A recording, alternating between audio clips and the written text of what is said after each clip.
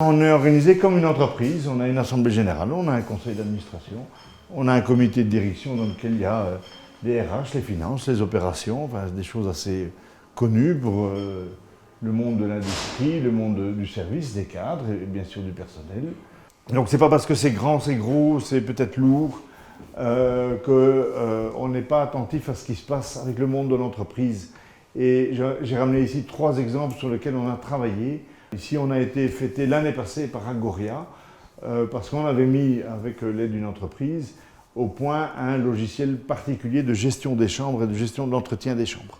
Comment on prévient les équipes d'entretien qu'un patient est parti sur 9 km de distance avec 5 sites hospitaliers?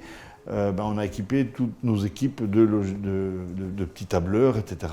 Et ils ont une vision en direct des chambres qui se libèrent, du type de travaux qu'il faut faire. On a fait un partenariat avec 8 entreprises du nord de la France qui étaient autour du CHU de Lille, qui, de manière tout à fait théorique, avait imaginé la nouvelle chambre du monde hospitalier. On a rencontré les entreprises et on s'est dit, mais écoutez, nous, on doit refaire la maternité à Charleroi.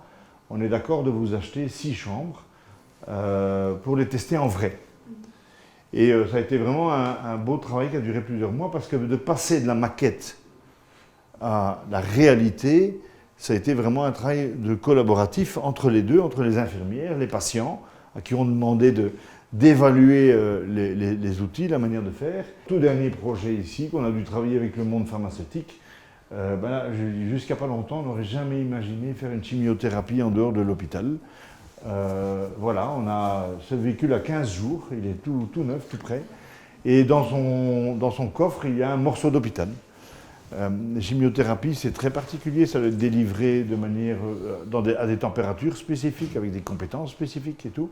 Et donc on a dû amener dans un petit kangou un morceau d'hôpital qui peut se déplacer et faire des chimiothérapies à domicile.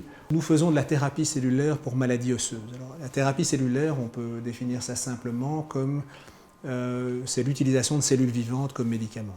Alors on peut démarrer du patient, le patient a une maladie, on va lui prélever sa moelle osseuse, on va transformer cette moelle osseuse en médicament et le réadministrer au patient. Ça c'est l'approche autologue.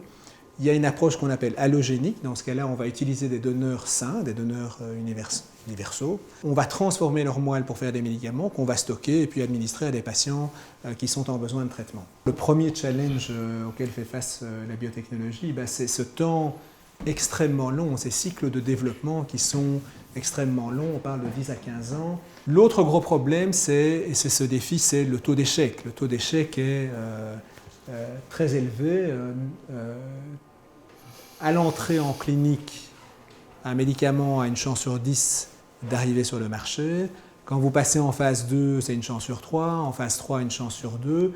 Donc vous avez en fait un taux d'échec très important déjà au niveau clinique. Dernier point, c'est évidemment le financement. Comme je vous le disais, on parlait d'une étude de phase 3 de 200 millions. Un produit dans une grosse indication aujourd'hui coûte à peu près 1 milliard d'euros à développer.